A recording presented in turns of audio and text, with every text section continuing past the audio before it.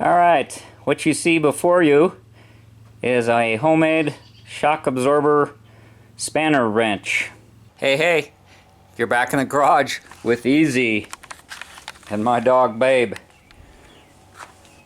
Got a little thing I've been thinking about for quite some time. Want to change the valving in this Fox shock, and it says on the bottom what it presently is, 60/90, and a while back I ordered some 70/30s that I wanted to give a try, and they sell a tool to unscrew this base. There's a locking screw in there, the middle one, and then you need a spanner of some type.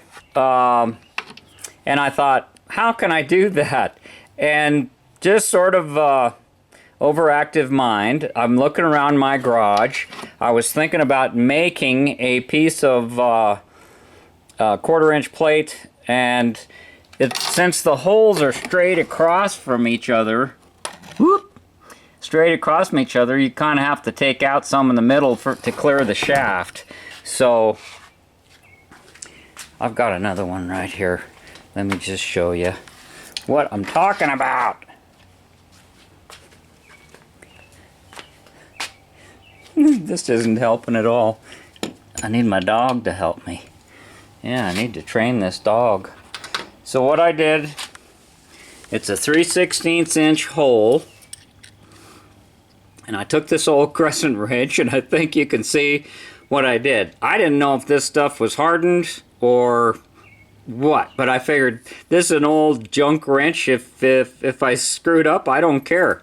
And so what I did in my drill press, so I could make the hole nice and straight, is I drilled a 3/16 hole through it, and the shank has turned in the chuck, so it kind of got jammed in there. So I thought, fine, the drill's plenty long enough anyhow.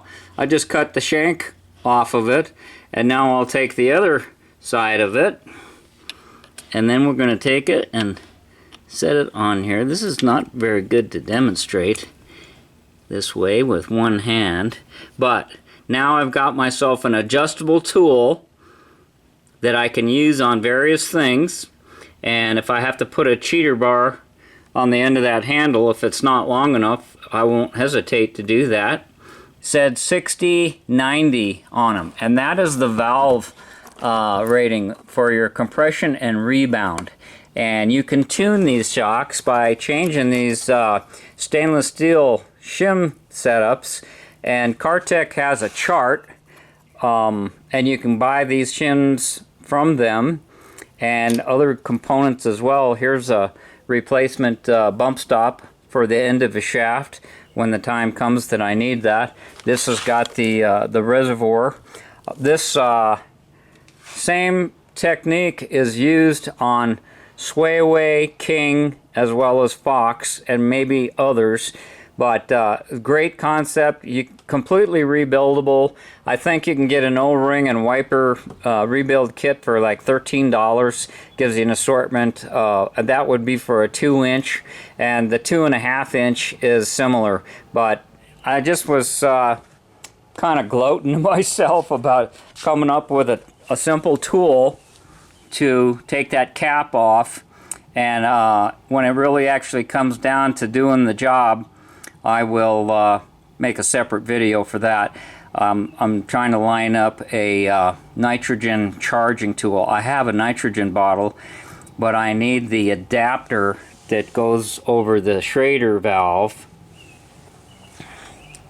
and I want to recharge these things with nitrogen rather than compressed air when I get done.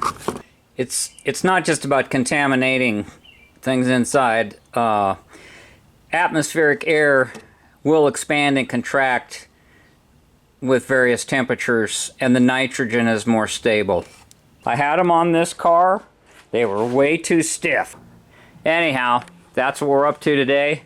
Hope this gives somebody an idea of what to do, and just showing you what I did.